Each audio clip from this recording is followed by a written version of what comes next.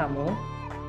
Menurut Departemen Kesehatan Republik Indonesia, 10 penyebab kematian utama di Indonesia diantaranya adalah penyakit tidak menular, di mana diabetes mellitus menempati urutan ketiga, jantung koroner di urutan kedua, dan stroke berada di urutan pertama.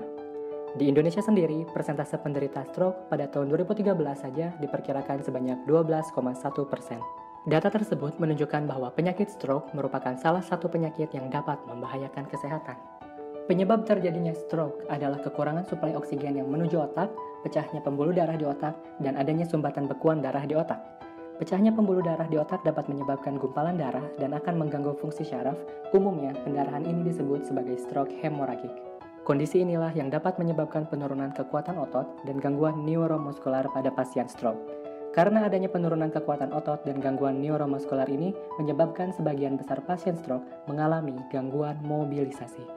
Mobilisasi adalah kemampuan seseorang untuk bergerak secara bebas, mudah, dan teratur dalam rangka memenuhi kebutuhan aktivitas, mempertahankan ataupun meningkatkan kesehatannya. Menurut WHO, dari 33 juta penderita stroke di seluruh dunia, lebih dari 12 juta jiwa yang tersisa dalam kondisi cacat. Dengan kondisi demikian, pasien stroke akan mengalami kesulitan dalam berinteraksi dan bergerak. Untuk mencegah hal tersebut, maka para tenaga medis harus memberikan asuhan keperawatan pada pasien stroke secara menyeluruh. Tindakan yang dapat dilakukan oleh tenaga medis kepada pasien stroke dengan hambatan mobilitas fisik diantaranya adalah dengan latihan mobilisasi. Latihan mobilisasi biasanya dilakukan di atas tempat tidur ataupun di ruang khusus rehabilitasi. Jika latihan mobilisasi harus dilakukan di ruang khusus rehabilitasi, pasien harus dipindahkan menggunakan kursi roda. Namun, masalah timbul saat para tenaga medis hendak memindahkan pasien dari tempat tidur ke kursi roda atau sebaliknya. Selain rumit, proses ini melibatkan lebih dari satu perawat, bahkan membutuhkan manpower yang cukup besar.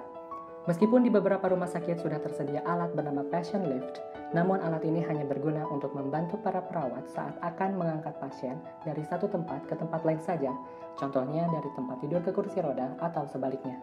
Sehingga para perawat membutuhkan dua buah alat bantu yang berbeda, yaitu patient lift dan kursi roda. Repot juga ya. Karena adanya masalah ini, akhirnya kami dari tim Elektromedik Politeknik Negeri Bandung membuat satu terobosan, yaitu dengan menggabungkan kursi roda dan alat pengangkat. Bagaimana jadinya? Inilah desain dari terobosan kami. Sebuah kursi roda yang dilengkapi alat pengangkat untuk membantu proses mobilisasi pasien stroke. Kursi roda ini terdiri dari beberapa bagian utama, yaitu tentunya kursi dan alat pengangkat.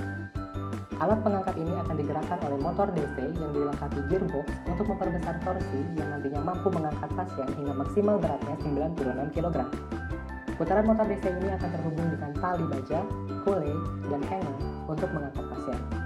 Untuk mencegah cedera otot, pasien tidak akan diikat oleh tali, melainkan menggunakan bantuan tension sling yang terbuat dari bahan kain polyester dan busa. Tidak hanya sampai situ, momen saat mengangkat pasien akan dimanfaatkan untuk mengukur berat badannya. Hal ini bukan hal yang mustahil karena bagian hanger akan dilengkapi dengan sensor load cell. Selain itu, untuk memudahkan penggunaannya, kursi roda ini akan terintegrasi dengan perangkat Android. Perangkat Android akan digunakan untuk menaikkan dan menurunkan alat pengangkat pasien. Berat badan pasien pun nanti akan ditampilkan pada perangkat Android. Selain ditampilkan, berat badan pasien pun akan disimpan ke dalam sebuah database yang mana nantinya akan sangat membantu dokter dalam memantau rekam berat badan pasien stroke.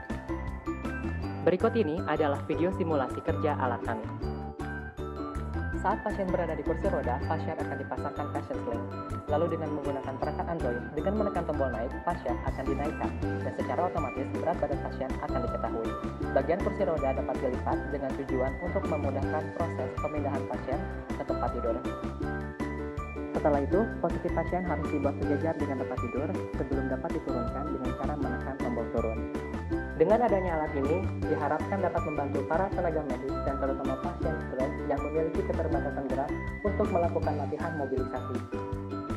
Sehingga, dengan memanfaatkan kecanggihan teknologi, angka kematian karena penyakit stroke akan berkurang, sementara angka kesembuhan dari penyakit stroke akan bertambah.